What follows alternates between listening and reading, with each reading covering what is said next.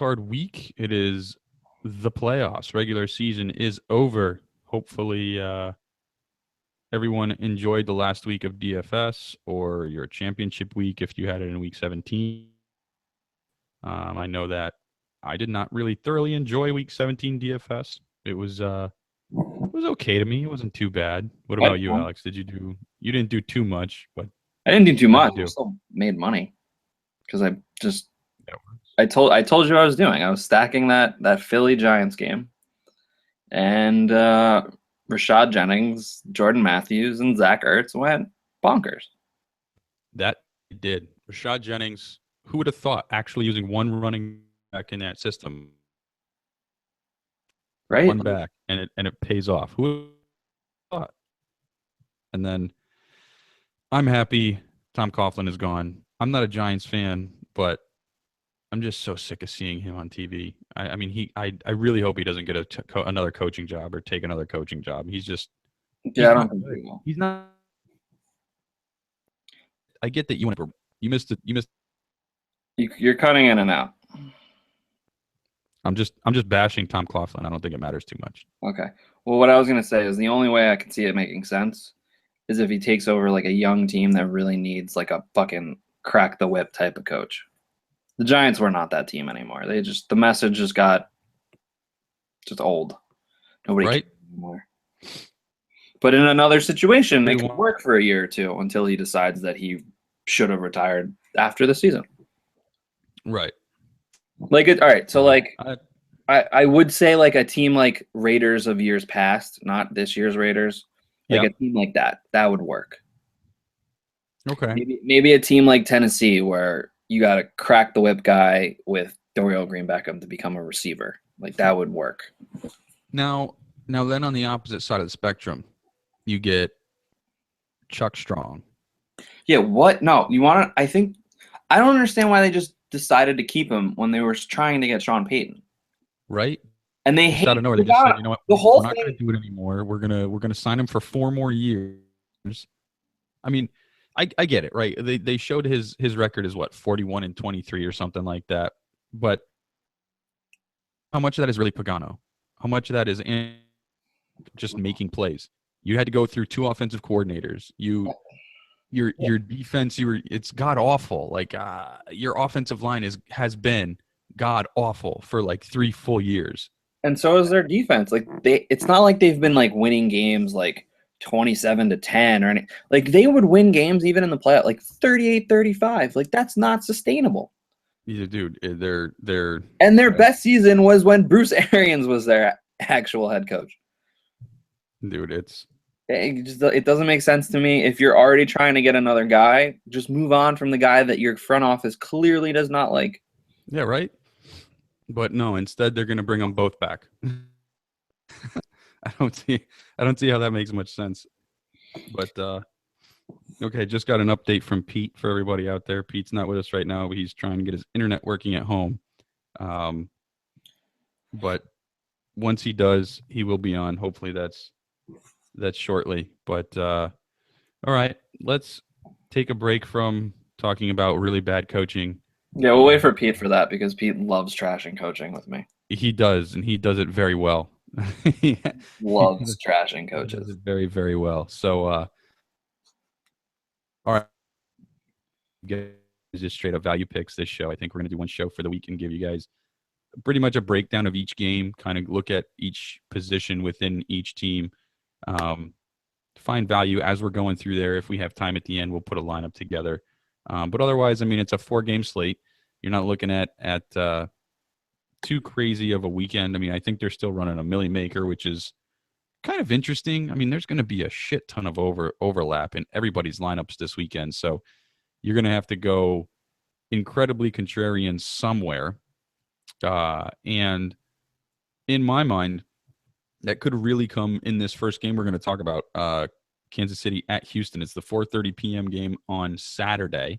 Both of these defenses have been incredibly hot as of late, right? Houston has just been on a tear for a while. Now they get J.J. Watt with the cast off. He's doing 18 different showboating dances after every sack. The Chiefs get Justin Houston back. I think Halil's back. Their secondary has been Wasn't amazing. Ali back last week? I'm not sure, but either way, he should be playing this upcoming weekend. Their secondary has been amazing. So I mean, let's start it off there, right? If we're looking at this game, I'm already gonna say I don't even know what the over under is, but I'm taking the under with these two defenses playing the way they are, and the offenses being, we'll say, less than dynamic.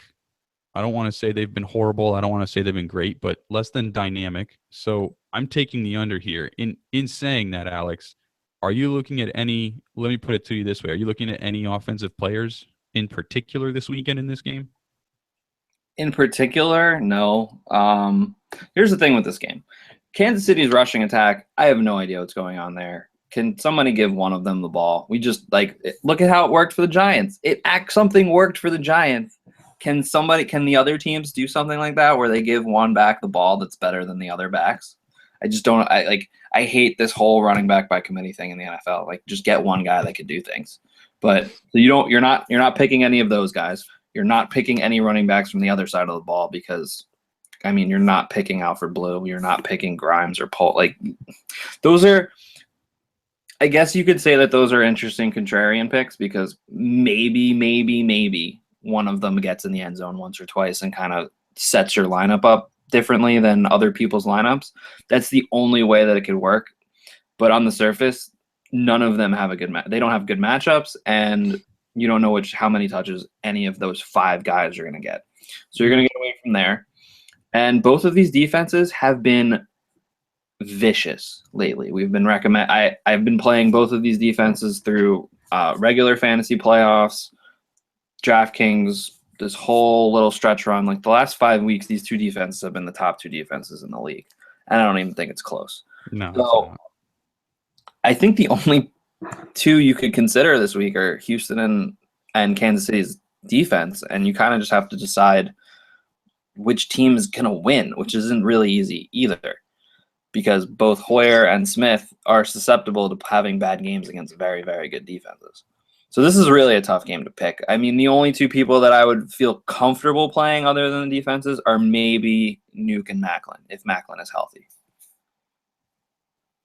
So, I mean, Nuke he's been a target monster all year, right?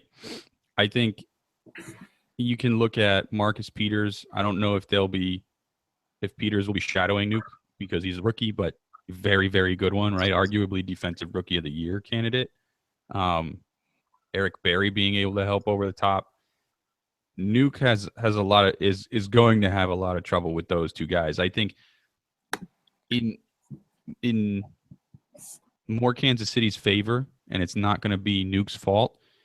It's going to be Kansas City getting to Brian Hoyer. I think if they can get to Hoyer early enough, and especially with that injury to Dwayne Brown, they're going to be able to, and that's going to screw Nuke over for the rest of the game. Plus one hit for Hoyer, and he's out of the game.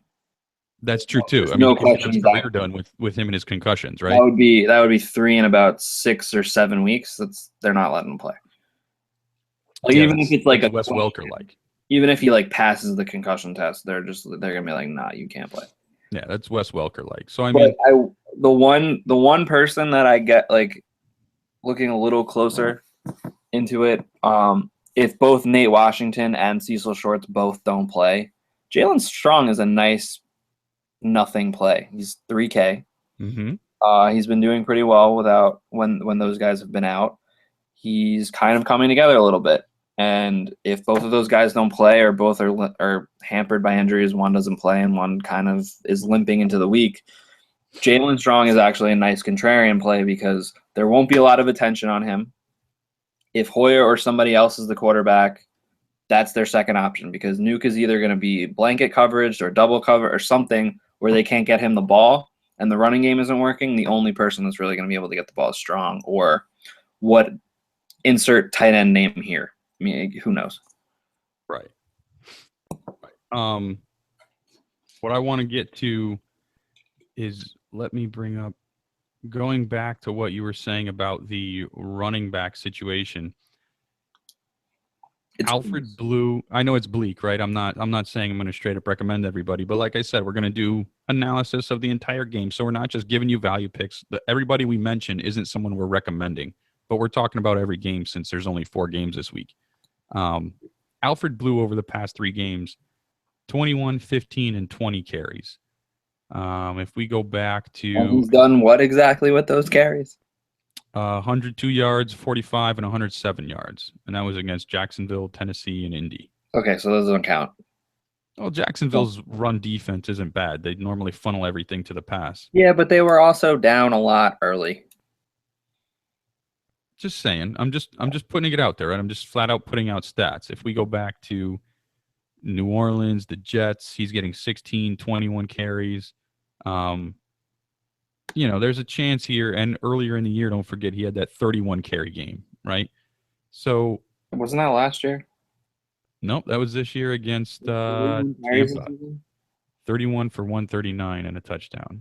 They let him have 31 carry. God damn, that's dumb. I'm saying. So all I'm saying with that is if you want to go contrarian at a running back position and you want it to be Alfred Blue, or you want it to be a Texans running back for some reason, Alfred Blue would seem to be your guy there, right? Yeah. I'm not recommending him, but if you're going contrarian, he would seem to be your guy there in this game. Fair. I do like, so Jeremy Maclin lines up in the slot a lot. I do like him to continue to see looks, get a decent amount of catches. I was talking to a buddy of mine who's a huge Chiefs fan, and I think in order to win this game, the Chiefs have to get Maclin, Kelsey, and their short, screen game going. I don't think they have a chance if they don't get Kelsey more involved. Because he's their best player on offense. That's the thing, right? I mean, they and I don't know. I haven't watched every single game. I know his targets have been okay, but he's also dropped a few passes, a few big ones, a couple of touchdowns this year. I mean, things have to come together. If we go all the way back to week 1, I know it's a lifetime ago.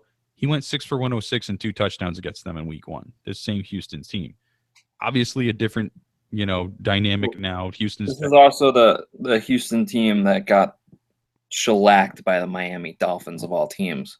So, they were a different team. That's at that point. So is Kansas City, for that matter, right? Especially on defense. Yeah, all teams were different back then. They were god-awful for the first couple of weeks. Each team is different now. So, again, I might fade this entire game, I'm guessing, other than one of the defenses. Not a terrible decision at all. All right. What did I want to say, though? I had something else. Nope. It's gone. Well, besides Kansas City is really good against the running back. I think that was really the only other thing that I wanted to add. No, you're right. And that would be the, like I was saying, the contrarian play would be him and maybe Adrian Peterson. Those would, in my mind, be like their 2 contrarian running back plays this week because of the tough matchups that they have. But let's get into Adrian Peterson in a little bit. Do you want to hop on to the Steelers-Bengals game now? We can. All right. Let's go on to Steelers-Bengals. And we saw earlier today that Andy Dalton is not starting. A.J. McCarron is going to get the start. Hooray! So let's go back a couple weeks. When they played a couple weeks ago and Dalton got injured, McCarron came in 22 of 32 for 280 and 2 touchdowns and 2 picks. Since then, he has thrown for 200 yards once. That's 200 yards exactly. He threw for 1, and 2 touchdowns in those 3 games. So his best statistical game came hosting Pittsburgh, but they were also behind quite a bit, right? So looking at this game, which is essentially a repeat, right? They're hosting Pittsburgh. I'm not sure of the injury situation on either team other than Dalton that's different over that game to this game. There's a chance D'Angelo doesn't play. There's a chance because of that ankle injury But it's a or foot, whatever it was. Let's see. RotoWire says Tomlin said Williams is considered day-to-day, but acknowledged the team will begin its playoff prep with Fitz Toussaint and Jordan Todman as the running backs. Woo! Williams probably won't be ruled out I feel anytime like soon. Injuries are absolutely decimating how fun the slate could be. Nearly all of the major Pittsburgh media outlets have suggested that he's unlikely to be ready for Saturday's game. Oof. Because he's chalk. So if that's the case, just to dive into D'Angelo a little bit. Yeah. D'Angelo's first game back was the game that Le'Veon got hurt. That was this game, the first one. And he went 9 for 71 off the bench for the injured. I believe, I'm not 100% sure, but I'm pretty sure because this is when his carries started to spike. 9 for 71, did pretty well. Yep. And then when they played a couple weeks ago, he went bonkers on DraftKings. I think he had 24, and he was still very cheap then. That was still in his like mid 5K range. 23 points. He was 6K. He had to score 2 touchdowns. So he 23 for 36 on the ground and 2 scores. And then 2 for 15 receiving. Yeah. So like that possibility is there for cheap running backs that we know nothing about, so we can't really recommend them. I mean, well, right. we do know stuff about Jonathan Todman, but he's never shown anything good. But I would assume that he's more of the pass catcher than Toussaint. Jordan. Yes, Jordan. I like how you said Toussaint. Probably how you say it. No, I'm just saying I liked how you said it. So, I mean, I'm familiar with Fitz Toussaint because he came from Michigan, but okay. So give us a little rundown. Obviously, it was a completely different offense when he was there. Well, I want to hear about him as a talent. So what I was getting at was you're right. He's not the pass catcher. He came in. He was a I don't want to say a bruiser either, but he came in and he was an okay running back. No one that was, I guess I want to say he didn't have one skill that was like stood out over everything, right? He couldn't catch the ball very well out of the backfield. He couldn't burn people. He didn't run people over. He was kind of just a guy. So nothing too special or spectacular. You know, I haven't read anything on the two of them this week, but you have to imagine it's going to be some sort of mix between the two, and you're avoiding either of them if you're playing a cash game this week. And this, again, we're just going to assume that D'Angelo's out, right? Toussaint will get the most carries, sure, but will he be able to do with those carries what D'Angelo could or what Le'Veon could? No way. Yeah, this slate is so gross. Like, I wanted it to be so much more entertaining, but injuries have just decimated it. Yeah. In saying that, though, right? So that takes, in my mind, that takes the Pittsburgh running game out of the picture, and you focus on the Pittsburgh pass game. Antonio Brown just going bonkers this past weekend. Dude, he's all the way up at 9,600. Yeah, I know, I saw. That's absurd. Absurd. I mean, they're going to have to use him a lot, but I wish I had his history numbers against Cincinnati right now. I don't feel like he's going to be able to hit value there. What do you think? Oh, that's almost impossible to do at 96. That's ridiculous. There's no that is just more of hopefully he scores the most points of everyone this week and the rest of my team follows suit. That's like the NBA DraftKings play where you're just like, all right, I'm paying 10 grand. Let me hope for 50 to 60 points and let the rest of my roster do what it needs to do. Like at that high of a price, you just need points. Yeah. You don't really need value. Yeah, you're trying to find value at that price. Just be the highest scoring receiver on the board. There is no value at that price. There isn't. It just doesn't exist. It's impossible. You don't find that. I'm trying to find one of his games where he was like right around that. I mean, he's had one or two, but So at that, if you're using the 3x, let's say you want, anywhere between 25 to 30 points, right? You want 30. You want about 30 points if you're So good. a game around 25 points was his 11 for 108 at Seattle, or around 30, his 9 for 133 and a touchdown at New England. I mean, those are two really good games that for most receivers, that's a hell of a day, right? Including Antonio Brown. That's a good day. But at that price, that's what you're expecting out of him. Yeah. You know what I mean? Like that's absurd. That's way too much for me. I mean, it's funny that okay.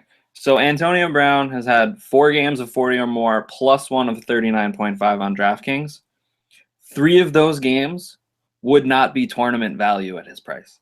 That's how nuts his price is. Yeah. That's ridiculous. It's absurd. There's no other way to put it. Like that's crazy. Yeah, it's stupid. But if you drop down 2,100, you're going down to AJ Green. Yeah. He's sitting at 75. I know you wanted to talk about him, so go ahead. I mean, other than just saying what he's done against Pittsburgh and the fact that Pittsburgh cannot cover anything. We tried so hard to pretend like the Steelers defense was going to be okay against teams the last couple weeks down the stretch based on matchups. They were still terrible. They were still absolutely disgusting. Going up against AJ McCarron, AJ Green still had a big day. What did he finish with? That was the week that Dalton got hurt. AJ Green went nuts again. Because the first week he had probably one of his best games of the season. 28.2, and the first week he had 31.8.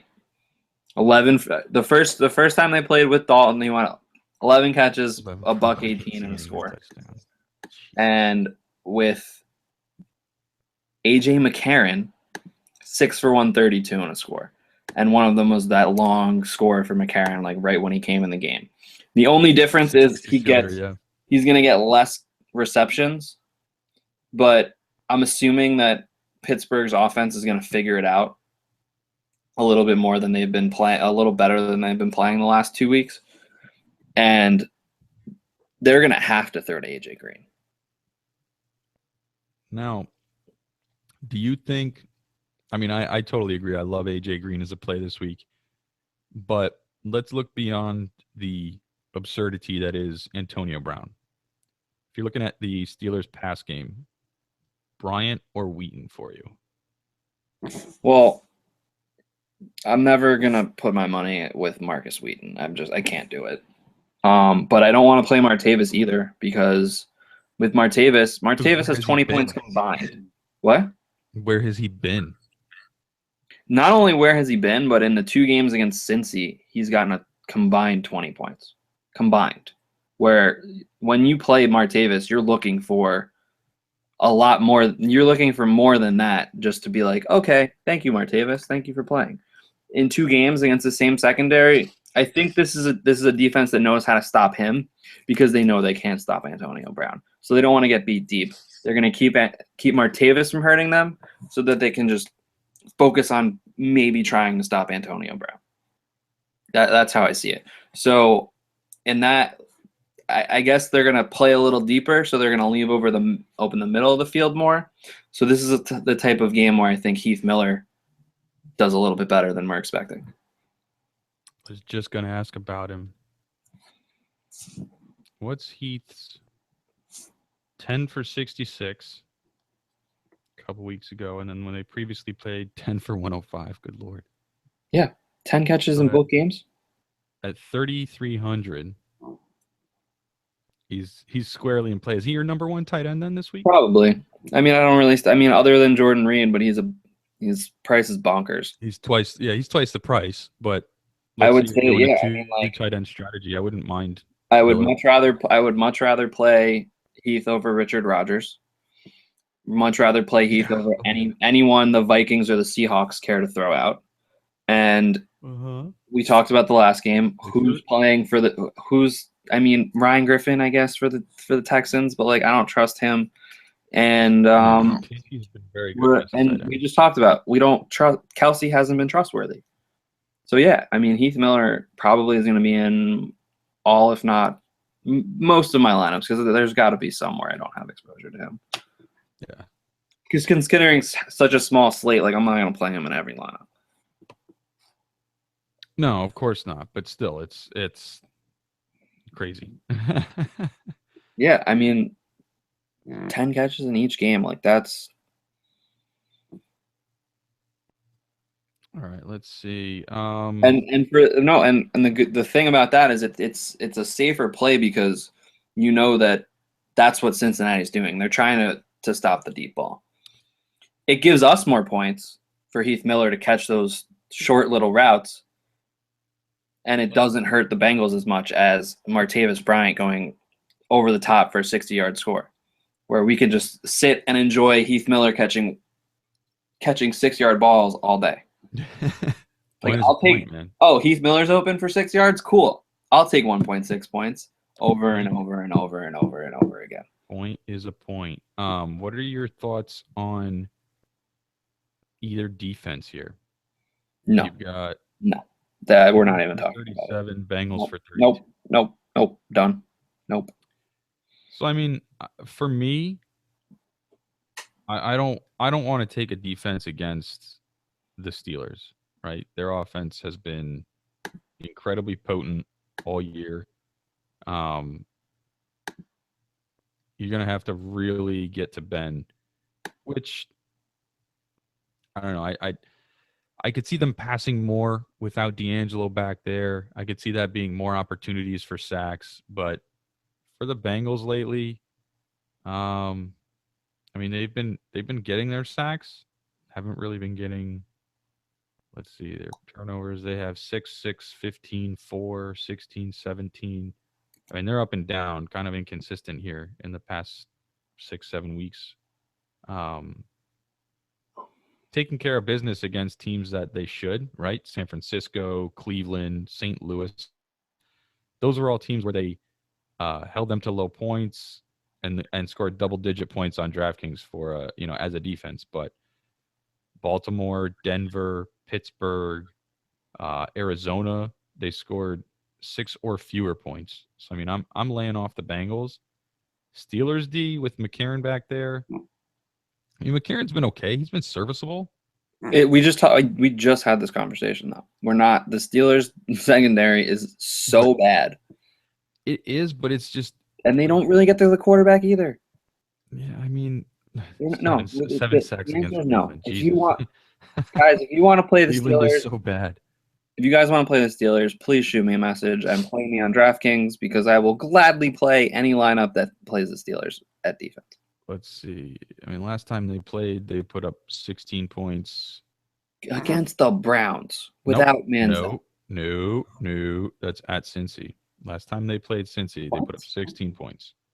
They had a defensive touchdown, 3 sacks, 3 picks. The first time. That was last week because that's when we thought they were going to be good down the stretch. First time they played Cincy, they scored 10 points, 3 sacks, 2 picks.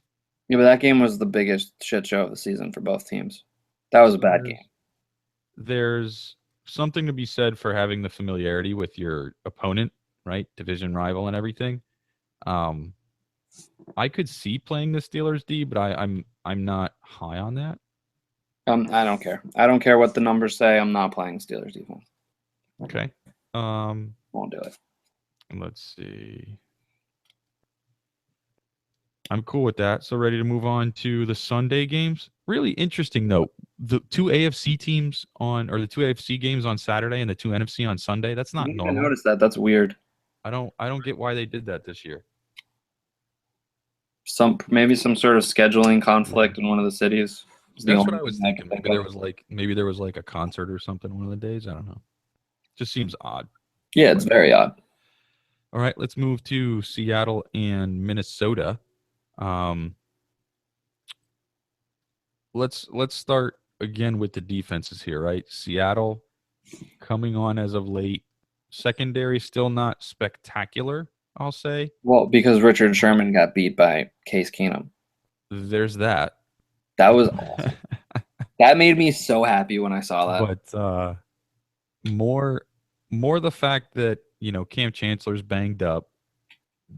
Anybody opposite Richard Sherman, no one's really still stepped up there. But in saying that, the Vikings have nobody that will really test them, right? No, Like not enough. even Diggs looking isn't at the type of Seattle, receiver that changes the way a secondary does things. yeah, and even looking at Seattle's one of their glaring weaknesses, which is the ability to cover the tight end. The Packers have the same weakness, and the Vikings did not throw the ball to Rudolph once. I don't even Well, know they if were ahead. They didn't really need to throw a I lot. mean, yeah, but Granted, like that game was so boring. I like barely. I had it on in front of my face, but I wasn't paying attention to it. Except so so they had plenty of opportunities where they should have passed, right? That game there was a defensive touchdown, so it's not like the offense did all their scoring. Mhm. But I just the Vikings refuse to, do what they have to do in order to win games sometimes, or in order to build lead. Be relying on that defense a whole hell of a lot.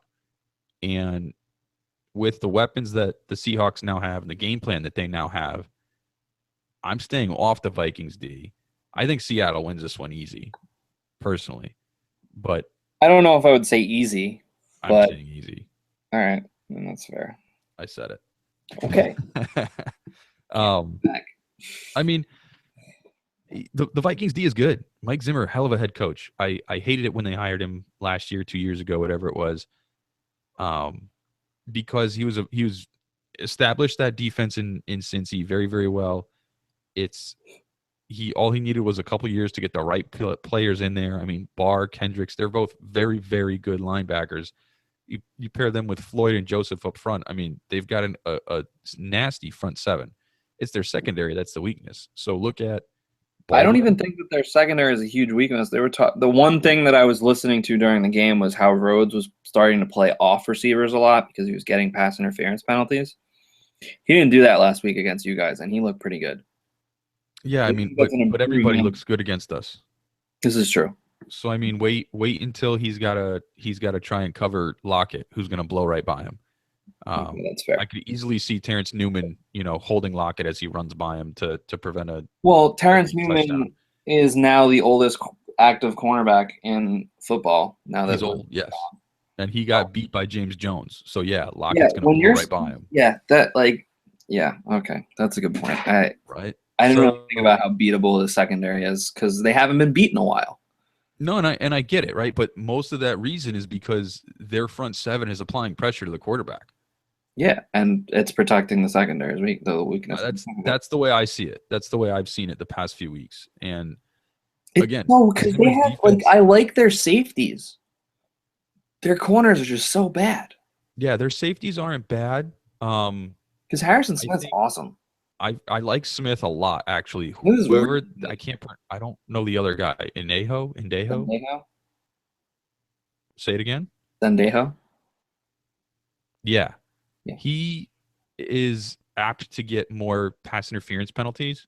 And there was something that I was reading about the game, like the game last weekend that was something the Packers didn't take advantage of was his aggressiveness and his ability to get boxed out and beat by like a deep pass and then get a PI call because he was trying to Honestly, catch up with it. you wanted to lose this game anyway. You didn't want to play Seattle.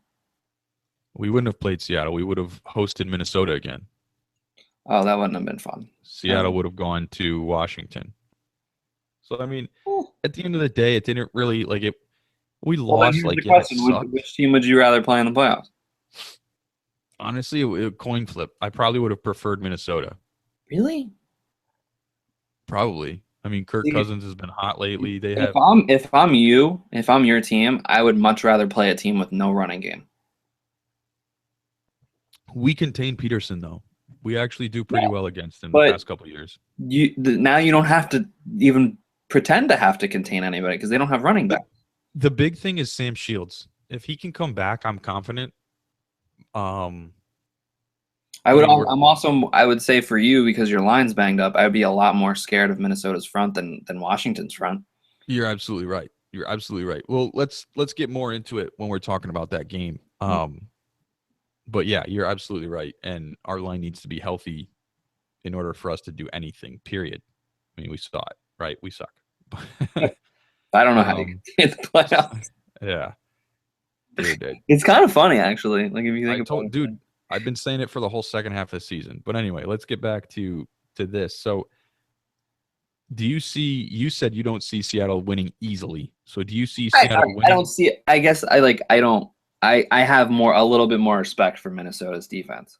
So, thinking about it, the way that Russell's been playing and where the weakness is for Minnesota's defense, this game could get away from them pretty quickly. So, do you see it getting to the point where Minnesota has no choice but to throw and they actually get Rudolph involved? You know who I think is going to be the most involved Viking that I actually really like to play this week? Don't say Mike Wallace. Don't say Mike Wallace. Don't say Mike Wallace. I will never recommend Mike Wallace for okay, good. I live. Jerick McKinnon. Dude, I will say this. He is such a change of pace, man. He's a freak. I just like every time I watch a game and there's like they rarely bring him in, right? Unless AP is like hurt. But lately they have been using him. Yeah, but it's like against the Packers, for example, it's when AP was in the locker room. I know. You know, but there's also that thing because like I have back issues. I know back spasms suck. Like they linger. They don't just go away. Anything with the back doesn't just go away. Mm-hmm. If he's having a little bit of trouble, I think Jerick McKinnon has a better chance of doing well against Seattle's defense than a banged up Peterson. And if he misses a little bit of time and Jerick gets those touches, but he catches the ball a lot more than Peterson. He's much more explosive after the catch. Peterson, as he's gotten older, he's not the same Adrian Peterson that like we want him to be, but he's still capable of busting that big run. It's just that in between him busting that big run, he's running for 0 to 3 yards a lot more than he used to. Whereas McKinnon, you're not really stopping him at the line of scrimmage because you can't catch him yet.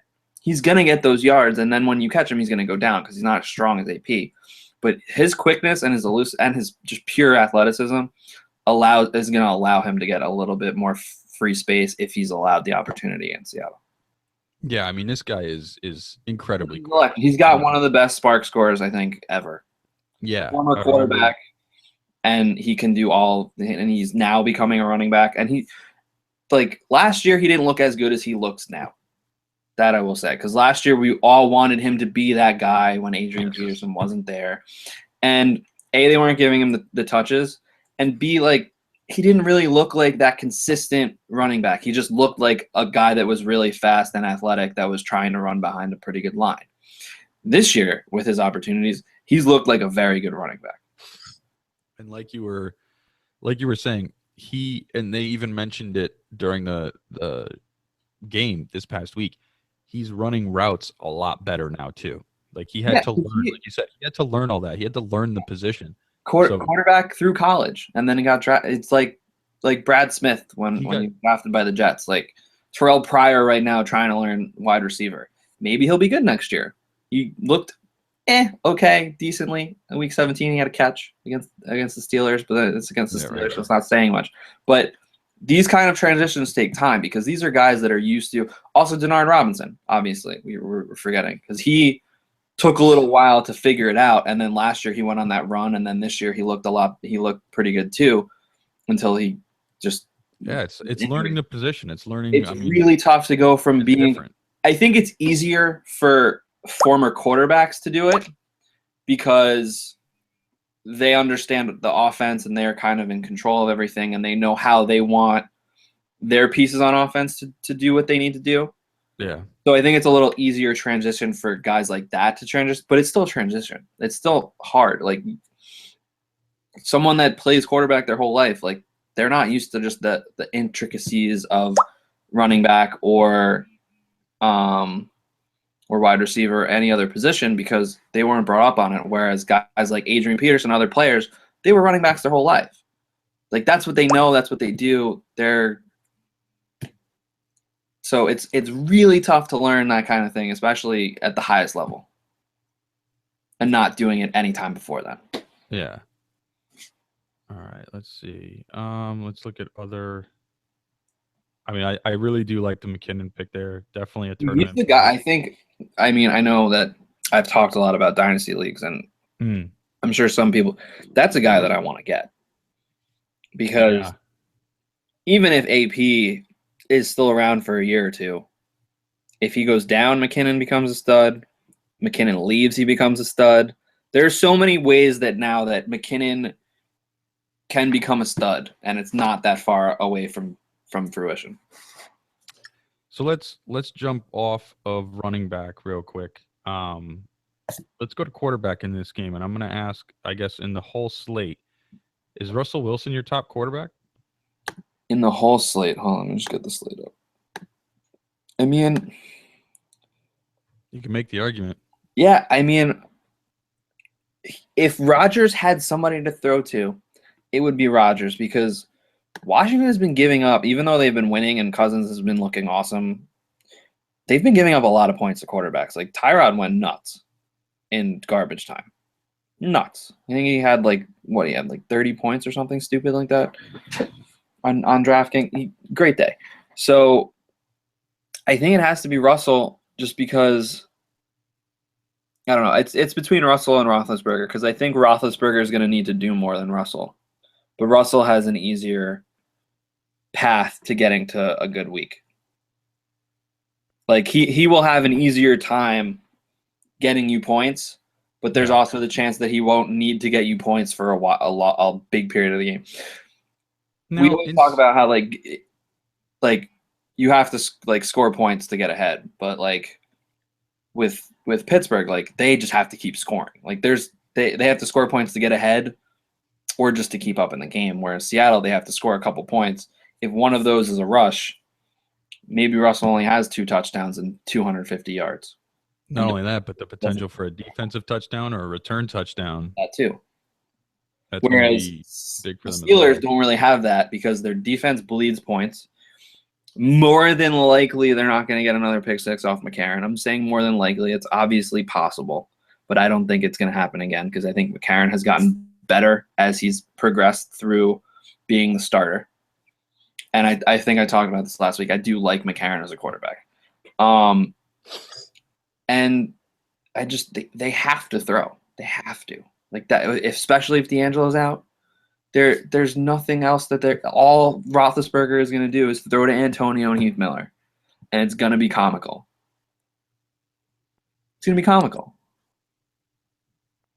So Seattle, Minnesota. Anyone else you want to touch on in this game? I mean, what about Marshawn coming back? Any? Is he playing? They said that he will take part in practice. Okay, I'm not trusting it. I won't like. Let's just say that he plays. No. I thought I don't think you can trust him to get hop right in and get a full workload. I can't. I don't think he looked all that good when he was healthy.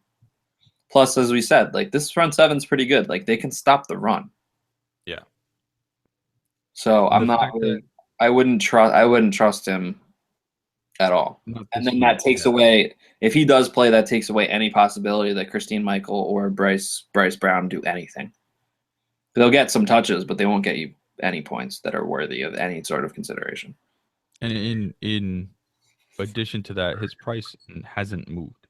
Marshawn's price is at $6,500 right now. So, I mean, that's the price of a full-time starter. Yeah, no way. I want no piece of him. I think I'd rather play D'Angelo Williams if he's out than Marshawn if he's playing. Doug Baldwin, Tyler Lockett. I like them. Good options. I also like Curse. We talked about him. I like Curse. Oh no, I talked about this with Pete, I think, off the air one night. Curse has been great lately. He has been his last 4 games. And when Lockett or Baldwin aren't open, 21-14. I think he missed the game at Minnesota and put up 20 against Pittsburgh. So yeah, he's been pretty on. 3,300 too. Yeah, but like the only problem with that also is, like we said, this game could get away quick. Like you think it more than I do, but this game could get away pretty quickly.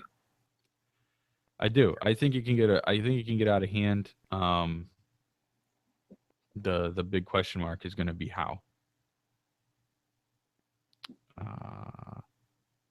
So Seattle's defense, are they? I know they're the most expensive. Are they your number one pick, or are you still going with Chiefs or Texans? I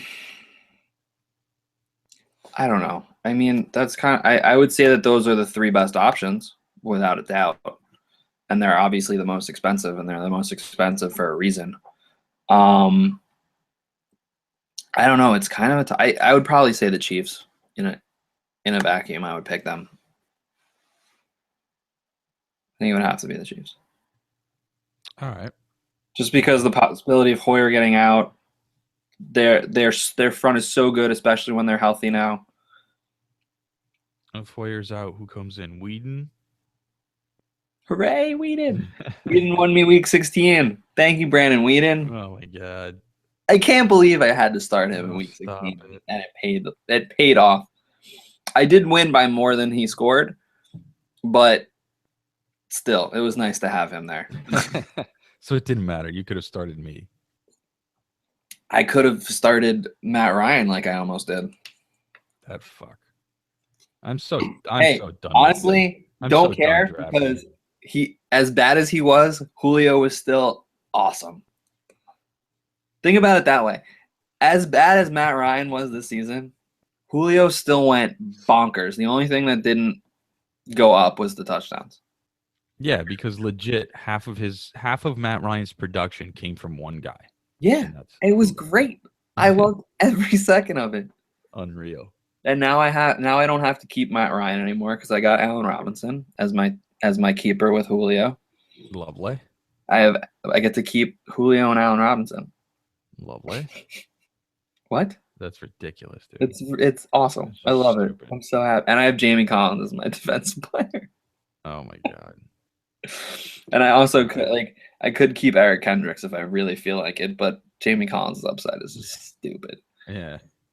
All right, let's move on to Packers at Skins, the last game. It is the 4:00 game on Sunday. I'll start with this. Sam Shields' injury kind of dictates whether or not I think I have, or dictates my exposure to Kirk Cousins. If Shields is active, I'm going to have a lot less Cousins. I'm going to continue to be high on Jordan Reed, though. Weaknesses for the Packers is covering tight ends. And Reed, obviously a big, athletic, healthy one. If he can stay healthy all game, he easily has multiple touchdown potential. He's probably my number one tight end on the slate. No, he probably more than likely will finish with the most points of all the tight ends. It's just whether or not he's the best value or if he fits into your lineup construction. That's a different question. Yeah, completely different. Sam Shields, a big piece of that Packers secondary. They've been without him for a few weeks, and you've seen the results the past few weeks. They just haven't been the same. What's interesting, though, is especially this last week, the Packers were getting Clay Matthews more involved in the pass rush again. So it was nice. You saw us get a lot of pressure on Teddy Bridgewater. He, got out of the pocket enough, didn't take too many sacks, only had 3 sacks. Micah Hyde made a ridiculous pick on that stupid left-handed throw. Yeah, that was I laughed. And that catch was awesome. It was ridiculous. Really, right? I hate when Chris Collinsworth goes a little crazy about stuff, but that was warranted. That was legit. That you got to give it to Micah Hyde. That was legit. It's one of those. It was nice. I've done that when somebody's 3 feet away from me and tossing me something, and it's a bad angle and my arm was contorted in a weird way, but not in a football game where it matters. I could do it if I thought about it and tried, but right. It's if I'm not that wouldn't just occur to me. It might, but it wouldn't just be one of those things where it's hey, let me try this when it really matters. You could try it, like maybe your muscle memory has you do it, but the execution of it, that was more impressive. Like that's what got me. But Like, yeah, I there's mean, no question that he's never practiced that in his life. Never, oh no, not never. once, and it just came like it like he's done it like a million times. Dude, that's kind of like, I don't know if you know this, but Odell Beckham, he practices one-handed catches before games. I don't know if you know that. Just ruined it. You ruined it. Sorry. For people who don't know, it's an ongoing joke that they keep showing Odell Beckham practicing one-handed catches before every single game ever. Yeah, like people don't know. I'm People just don't saying. know. For people, maybe we have some new viewers. Maybe they don't know that we make fun of it every week. But we don't. No, it's brand new every single time I see We it. don't make fun of it on air. We make fun of it. We don't make fun of it on air. I thought I could have sworn I've made fun of it at one point this year. I have to. It's all right. So yeah, that's my quick hit on Kirk Cousins. Give me your thoughts, because I feel like I'm biased against the Packers. I'm overly critical, right? I've been saying that their offense has been weak for the whole most of the year. You're not overly critical. You guys So- have been terrible. So go ahead and I guess convince me one way, right? You said if Rodgers had somebody who could get open, he would potentially be, a starter for you. But does that mean you're going to be completely off of him this week, or are you going to have some shares of him at least? Of Rodgers? Yeah. Oh, I'm gonna have share of every quarterback. Okay. At least one share of every quarterback, just because it's such a small slate and the amount. I mean, me and Pete usually make about 30 lineups a week to put in a $3 one. Uh-huh. So in 30 lineups, I'm gonna have exposure to every quarterback at least once, I think. But like, I don't think I'm gonna have more than one or two with Rodgers, just because Okay. the only way I feel like you guys have been successful lately is when the running game works. And that that's doesn't something help Rodgers either. Dude, The only reason Rodgers has been a top 10 quarterback this season is because he's been consistently at like an okay range, and so many people have gotten hurt. Like, he's been like around like 250, 2 touchdowns ever since like that big Kansas City game. Like, that's really all he really does. A little bit more here, a little less there, but like that's about what he's been doing, right? Not I even would a say touchdown. less than that.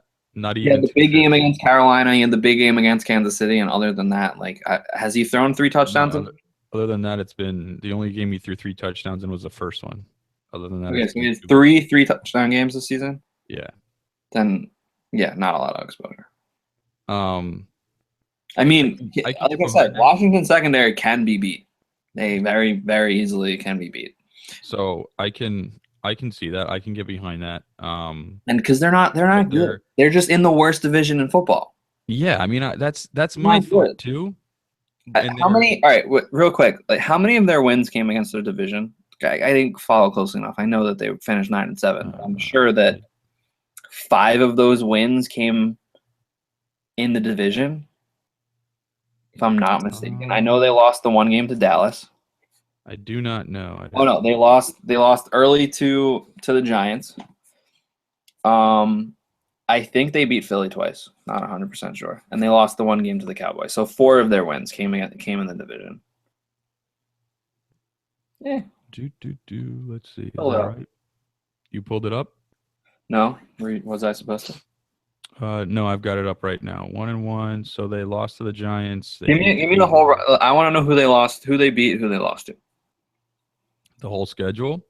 Yeah, real quick, just because I just want to hear it out loud. Lost to the Dolphins. Oh God. Beat the Rams. Lost to the Giants. Beat the Eagles. Lost at the Falcons. Lost to the Jets. Beat the Bucks. Lost at the Patriots. Beat the Saints. Lost to the Panthers. Beat the Giants.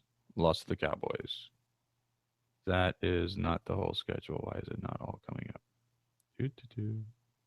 So they haven't beaten so far. They haven't beaten anybody good. Let's see. After losing to the Cowboys, it was beat the Bears, beat the Bills, beat the Eagles, beat the Cowboys. Okay, so the best team that they beat were the Buffalo Bills. Going up. Saints, Bucks, Eagles, Rams. Yeah. They're not good. They're still not good. No, and I As bad as you guys are, you can still beat the Redskins. So we'll see. the thing is, and like you touched on it earlier, right? Establish the run game. And You don't have a run game to establish. Washington. Well, I mean, I wouldn't say that, right? Stop. But if you say Alfred Morris's name, I'm gonna smack you from where I live to where you live. No. I'm still talking about the Packers. Oh, okay.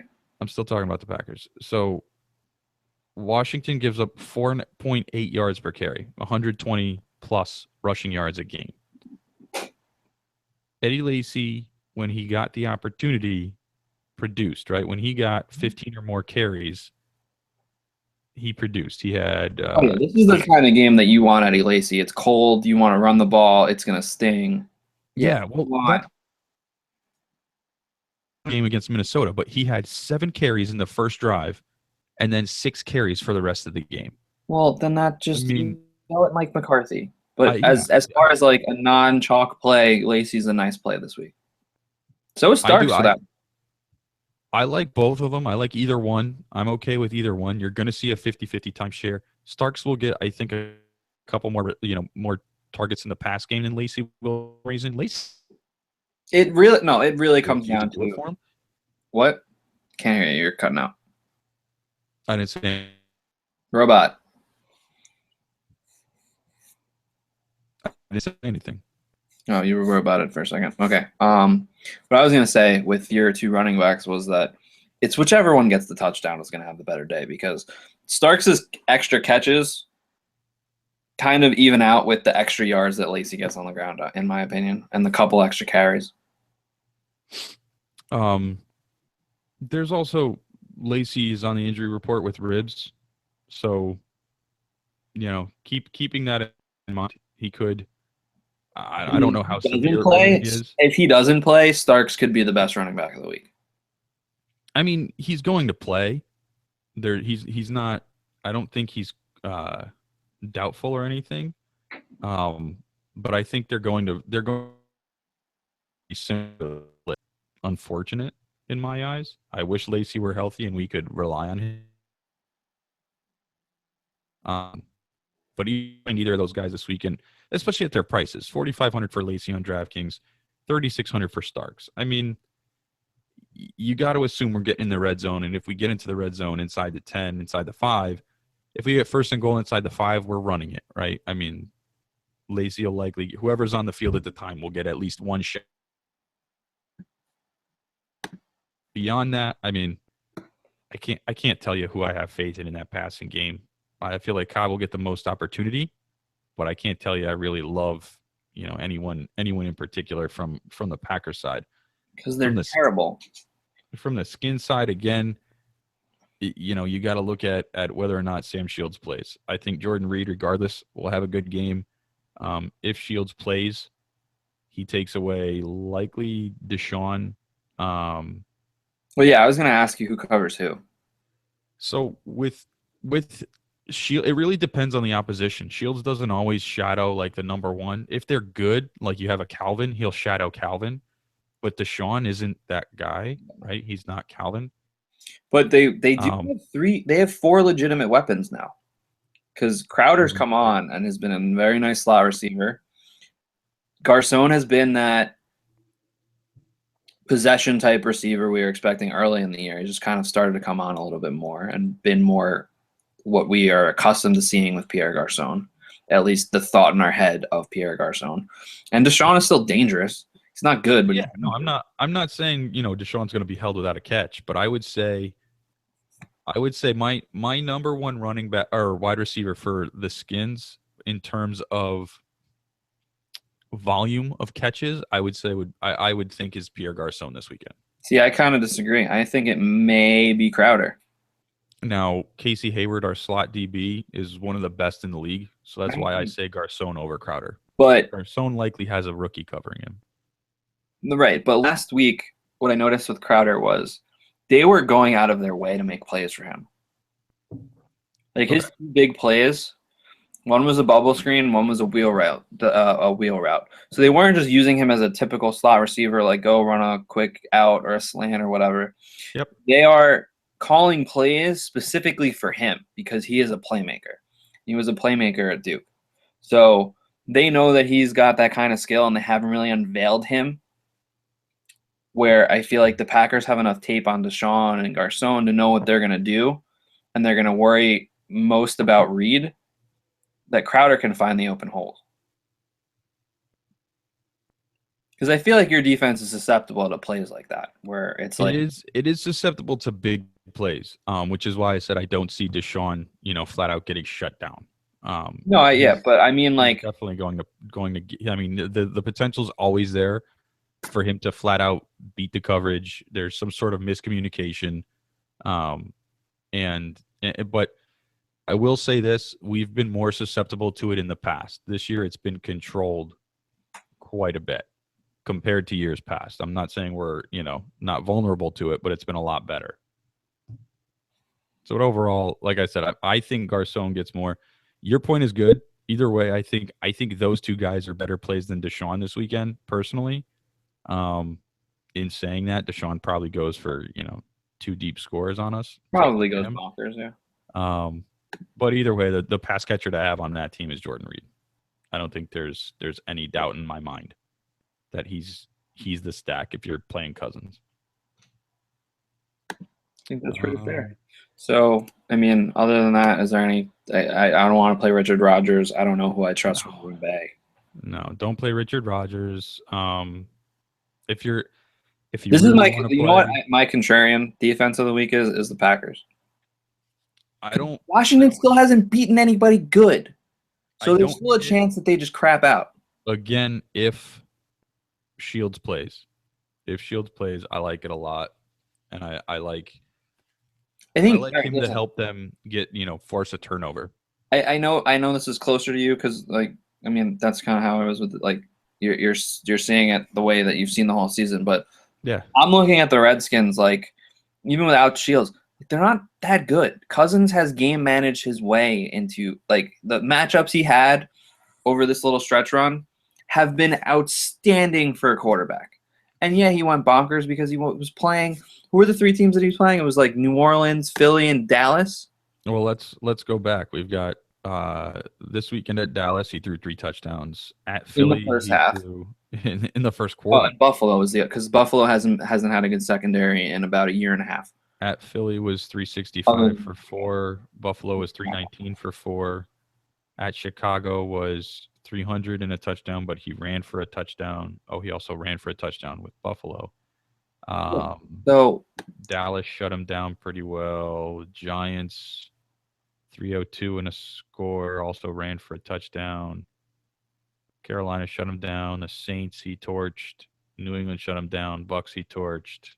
I mean, this is why he was available for streaming purposes in the championship, because he gets shut down by better defenses. And I'm not saying that your defense is good, but it's better than the defenses he was torching by a long shot. So. What? I'd like to think so. Yeah. So I think that a lot of people are going to be on Cousins. I think a move is to be not on Cousins. Not on it at all, because he's shown that he's capable of beating bad secondaries. He hasn't shown that he's capable of beating good and or better than what he's been facing secondaries, or doing it when it really, really matters. Because the games that he was doing it where it mattered to win the division, against Philly, he was playing teams in his division. He was playing Philly, who's a dumpster fire. He played the Giants, who suck. I could see the exposure. Like you said. Yeah, no, I will have exposure. You'll have exposure to every quarterback on the slate. But I think that the Packers have a very good chance. And this is I know this isn't you saying this. This isn't coming from the Packers fan. I am not a Packers fan.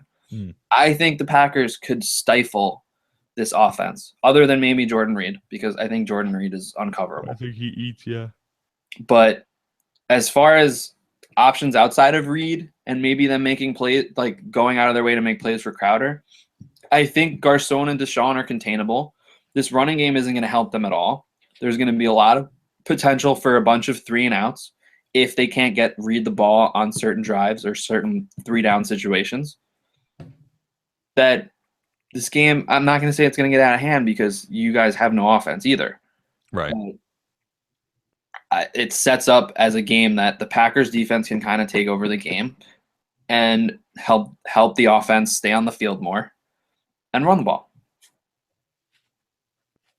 So I'll definitely have a lineup with probably a Starks Packers. Yeah, definitely. Correlation play. I'll put it out in one lineup. But completely agree. All right, let's see. Can we make a lineup? I don't know if we're gonna make a lineup, but make a lineup.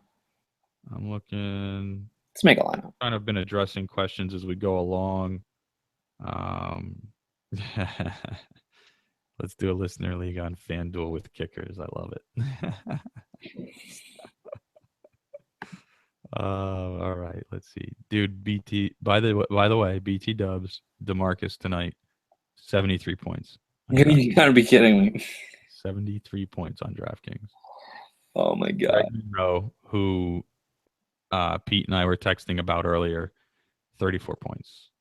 Paul Millsap. Wait, who'd you say before that? 31. Who's got 34? Greg Monroe.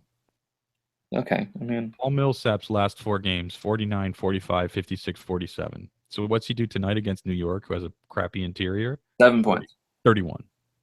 Fucking piece. Those kind of happen. They happen. How about Bellinelli? Like I was texting you guys. 3,900 dropped 37 tonight. Yeah, dude, he's been on fire without Caspi because they need a shooter. Yeah, and he's just. Can we stop talking about NBA? It's just making me sad. We're so bad at it, dude. I should stop talking. I'm not good. We're good. So terrible. Like, I know people have been asking us to make a show, but like, we know football. We don't know basketball. We have been trying to like maybe win a little bit of money here and there with this, but it's just we're so bad. Yeah. It's not even that we're bad. It's that we make either one bad decision or one stupid like injury comes back or something stupid. Just something dumb that like we didn't foresee and we're just like, okay, that just completely ruins everything. I mean, we talk about the minutes argument, right? And yeah, okay, let me play this guy because he's going to get a lot of minutes. But at the end of the day, like, if you're playing like Thabo Cephalosha, who's going to get like, 29 minutes, let's say, for the night, he's not going to get you more than like 12 points on most nights in those 29 minutes. So it's still very tough to judge. Like, I don't know how else to put it. It's not as easy as some people make it look. Some people are just like, oh yeah, the minutes argument. It's you play everybody. Can we be done? No. I hate basketball. Fuck you. Fuck basketball. Thank you. All right. So why don't we do? You want to do a Lacy Packer stack with this lineup? I kind of want to. Yeah, why not? We'll make it fun. Or Lacy or Stark? Sorry. Just put the Packers in for now. We know we can put a running back later. Okay, I'm good with that. Wow, the Packers are the cheapest defense. 28. Yeah. Wow. Also, so I wanted to do a Ben Antonio Heath stack with AJ Green as well. So that probably allows us to do it. Ben Antonio, AJ Heath, leaving us around 4,900 per. Kind of like it, and we can go with McKinnon, who I like, because he's going to be cheap also. A little Jarek action. Let's see what we can do with wide receiver before we decide between Lacy and Starks. Put Lacy in for now, just so I know how much money we have to play with, and if we need more money, if we need to drop down, we can. I'm good. 5,600 on average between the two. We can do Baldwin and Lockett. You can do Baldwin, and then 46 Lockett. Ooh. That's kind of vicious. I mean, you have a huge question mark at running. Oh yeah, no question. With both of them, but there's big upside, I think, with both of those as well. But that is vicious because that extra money that we get from the defense and the running backs is awesome. Put to good use. Absolutely. I don't mind just a quick switch to Lacy here. You mean Starks? Sorry, Starks, you're right. We can also upgrade the defense in that way, but like the whole point was to play the Packers. Yeah, the whole point was to play the Packers. But if you did want to jump up to the Texans here, Yeah, but I I'd don't want to play the really Packers want to to. be honest. I think Well, you know what we could do? Go put the Packers and take Lockett out.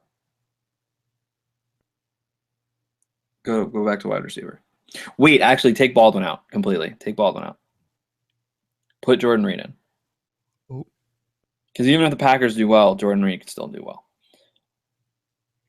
Wide receiver, we have options. Maybe Cobb isn't terrible. Maybe Marte. No, not Martavis. But like, oh my God, they're all so gross. We could upgrade McKinnon if you want. Let's upgrade McKinnon for funsies. let's. Sure God, can. they're also gross. Oh my God.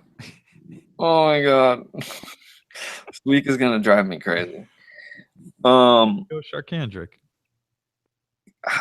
I almost want to play Spencer Ware over him right now just because of just the way it's been going. Okay, let's go Spencer Ware. But I don't like him either. Yeah. No, dude. Let's Yeah, go. play Ware because Ware's gonna have more opportunity. What? Where? Yeah, he gets the goal line carries when he's in there with Charkandrick. And if Charkandrick just starts running into brick walls the whole game, they're just gonna take him out. Just When he was the only guy there, best fantasy player on the planet. yeah. When there's somebody else in his way, not so good. It's tough to really put your faith in either one. Week 15 against Baltimore, Goose. Ware was there? Ware was gone. And guess what Charkandrick did? Had a nice RB1, low end RB1 game. 16 for 76 and a touchdown. Because he got a goal line carry. Yeah. Ugh.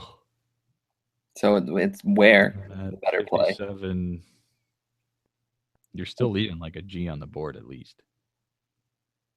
Yeah, I'd rather play Baldwin than Reed with this construction. Yeah. Go up to Baldwin, and then it drops you down. Lockett, I like. Well, something we forgot to talk about. We could also play Eifert. Just stack the shit out of this game. I like that better. Green and Eifert. Brown and Miller. Yep. Because if D'Angelo doesn't play, Pittsburgh has to throw the whole game. And both running backs for the Bengals have done nothing against the Steelers this year. Nothing. I don't hate it. I don't hate it at all. The only thing that you could not like about making this lineup is the fact that it's the playoffs and running kind of becomes more important. But on the other end of the spectrum, this league has become a passing league, and I don't think that's going to stop in the playoffs. And we have in this lineup 2 backup running backs. 2 backup running backs with 3 number 1 receivers and 2 starting tight ends. Yeah. Let's go. I'm definitely using this lineup at least once. I mean, would you could easily put McKinnon in for either one of these 2. You put McKinnon. If you want to put Toussaint in, you can put Toussaint in, and I think you have the money to go up to Todman. Todman's what, 41? You can put in Giovanni Bernard if you really feel like it. You have options. There are a lot of options here because we're not spending anything on defense. Man, let's see. Todman. I don't. How did he go up to 41? And I was just going to say that. I don't get how Todman is more than Toussaint. Well, I think it was like, remember DeJuan Harris a week ago when 48 and then he got released? Yeah, it's the it's the whole number 1 running back argument, but I don't get where they got the idea that Todman was going to be the number 1 running back. And it was more expensive than Toussaint, who actually got some last week. The work. Yeah, I don't understand this at all. Very bizarre, but all right. I think that'll do it. That'll do it. Let's shut her down there and take a quick look. I will say this. I think I I mentioned it a while back. Not sure if everybody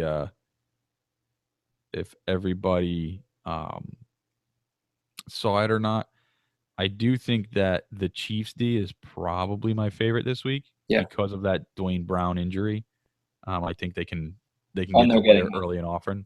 healthier. Right, and they'll hopefully have Houston and Holly, and I know Ford is in concussion protocol, but hopefully he gets back too. I mean, if they have all three, forget about it. They're Also, real quick, I just want to look at who Houston's played lately because like sometimes this defense doesn't do well against good offenses.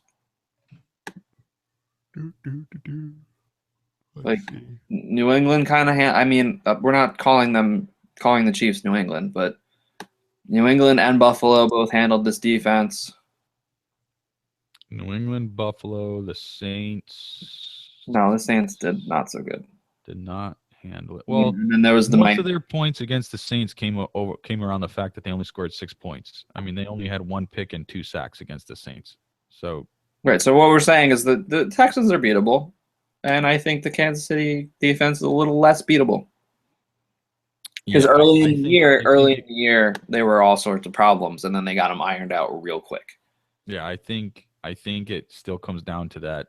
I mean, Dwayne Brown is their starting left tackle. You don't lose a starting left tackle and continue to just trudge forward as if nothing changed. Like the Packers. Right.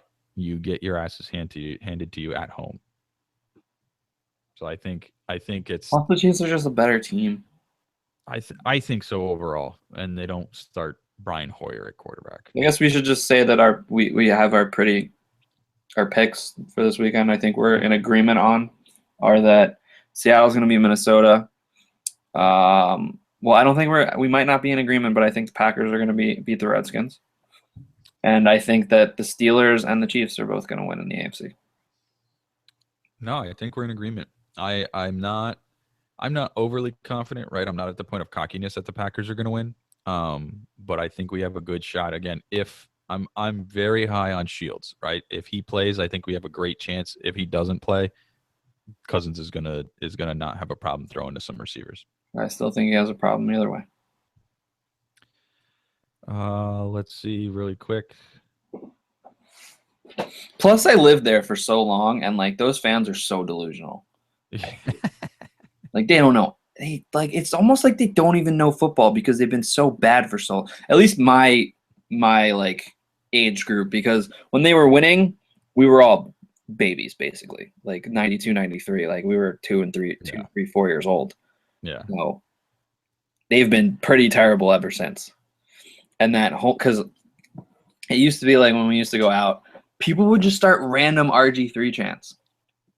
And looking back on that now, it's the funniest thing ever. Because, like, Robert Griffin III was the DC savior for one season. And then it all went to shit. That's too bad, though, because, I mean... No, I don't care. It's too bad. Don't care. They were way too obnoxious about it. Like, way too obnoxious about it.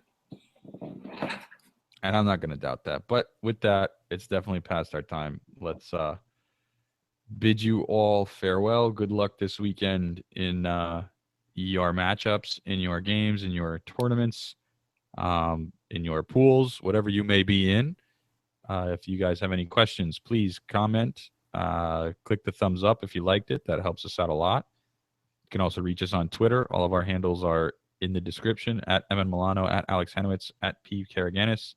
I will be, I guess, posting a listener league group. I will I'll tweet out the link. I'll also post it in the description. It'll probably be up there tomorrow. So take a look back tomorrow. If you don't see it there, just shoot me a text or something or a tweet or something and say, hey, it's not there yet. It'll be smaller. I think I'm going to make it 50 people instead of 100 just because I don't think we'll get as much interest now that the season is over. I just want to make sure it runs, but that'll be it for me. Alex, any final parting words? Nope. Just kind of disappointed that this is the slate that we're talking about, that it's just not very fun, to be honest. And I don't think next week's going to be all that much better. The only thing that makes next week better is that we get the Panthers and the Cardinals back. but we also have a struggling Patriots offense. And, well, I mean, it's kind of exciting, but it could also be really bad as the return of Peyton to the playoffs. Where do I have Peyton? I'm excited for it, but I'm also scared that it could go very, very poorly. Oh, I'm sure. And I love it, so I don't want to see that happen. So we'll see. We'll see what happens with this weekend. See what the matchups are for next weekend. But at least we get those two teams. But at least we get the Cardinals and the Panthers back. Yes. All right. Thank you guys very much for watching. We appreciate it, and we'll see you next week. Good luck, guys.